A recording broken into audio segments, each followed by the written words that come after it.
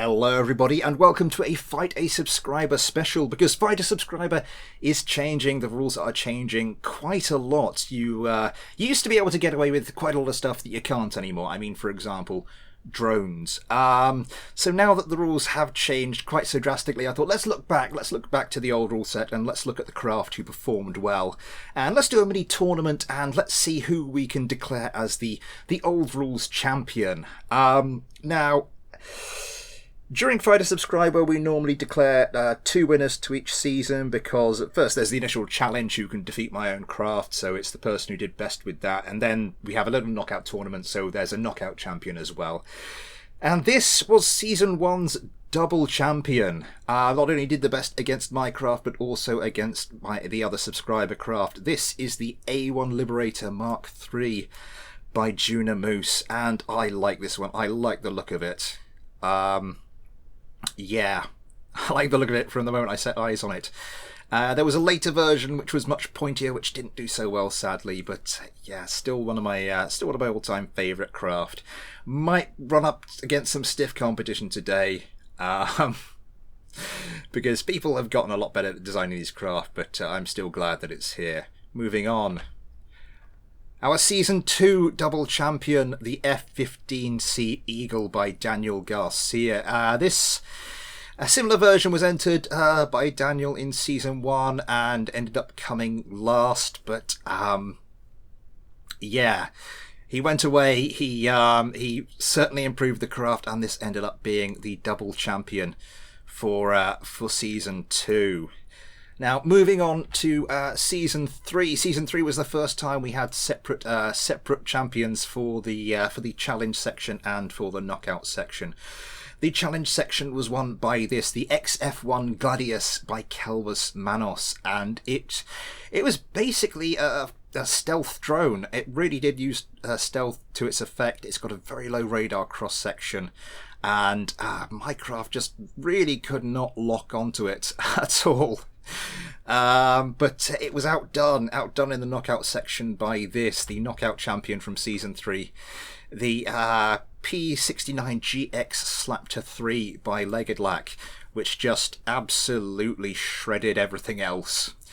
So yes, those are the craft. Let's get on and throw them up against each other. For the first of our 2 semi-finals, then, we have put the A1 Liberator up against the XF1 Gladius. Now, this will be done using the more modern setting of a 10-kilometer start distance. So, yeah, let's get them into the air.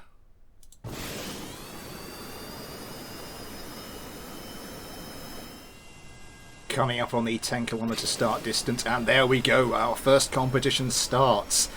And I have to say, I probably looking at the missile arm. Actually, the Liberators don't have much of a problem locking on to the XF1 Gladiuses. That's interesting.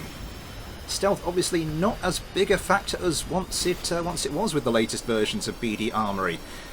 This Liberator coming about launches another missile, popping some chaff because another one is coming back in the other direction. How are the Gladiuses doing?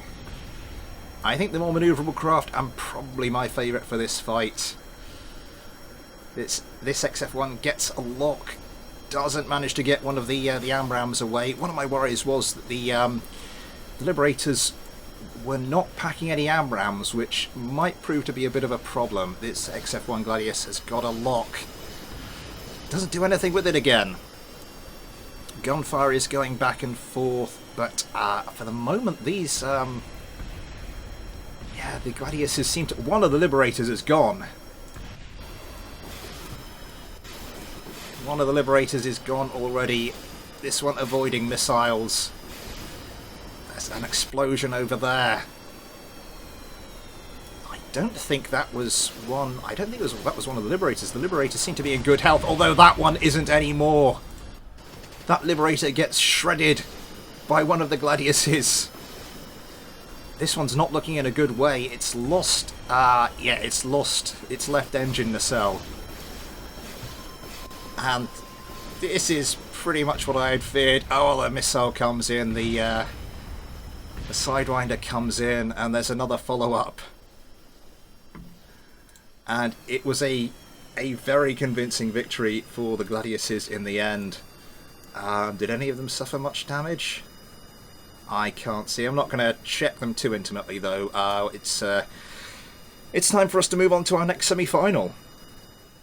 So our two remaining champions take place in the next semi-final, and that is, of course, Daniel Garcia's F-15C Eagle against Legedlack's P-69GX Slaptor 3. Let's get this one started.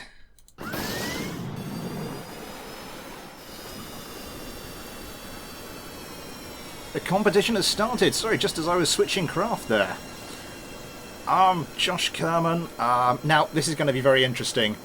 These F-15s still trying to climb to altitude, not getting their missiles away. They get a missile away now. One of the things that surprised me about these F-15s is how they did so well in the second season, despite the fact they're not particularly manoeuvrable.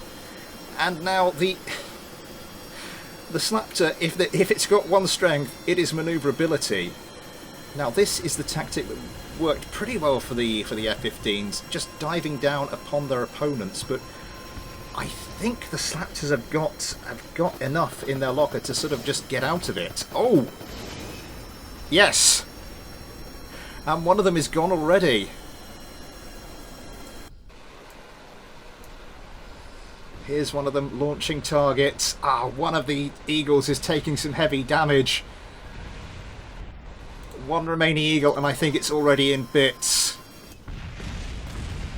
Yeah, I genuinely thought that the less modern craft, in the last fight, the less modern craft, the Liberator, might stand a chance against the Gladius. Just might, but I think these craft are just the difference in manoeuvrability was just too great there. I think the F-15s needed a lot of luck, and they didn't get it there. So let's go and see who takes third and fourth place. The third place playoff then will see Daniel Garcia and Junamoose's craft go up against each other. Now the F-15C Eagle did outdo the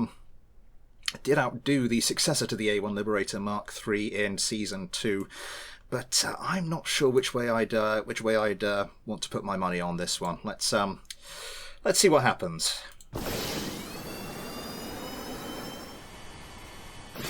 And the competition starts. It took a while to get going because those F-15s took ages to group up. Nonetheless, it looks like all craft have got their missiles away. A cluster going in from the Liberators, and I think these are set to, yes, 2 per target. I think the F-15s are set to 1 per target. Doesn't look like anything's happened so far. All craft avoiding the missiles. I think all craft have the speed, if not the manoeuvrability.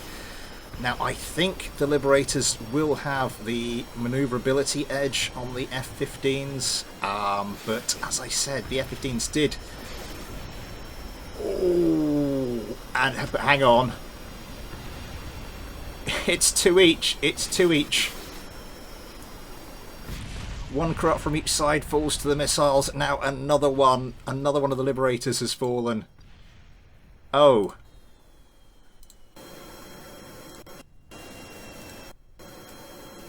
Yeah, okay, I mean,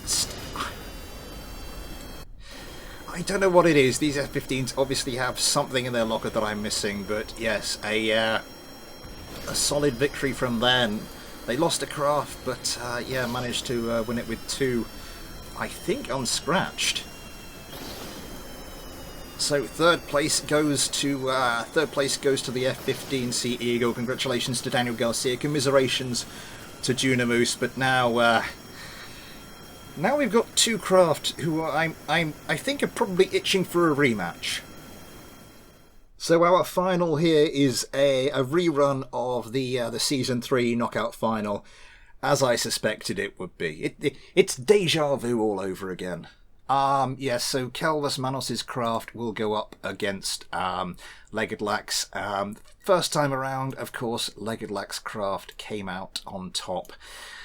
Let's see what happens this time.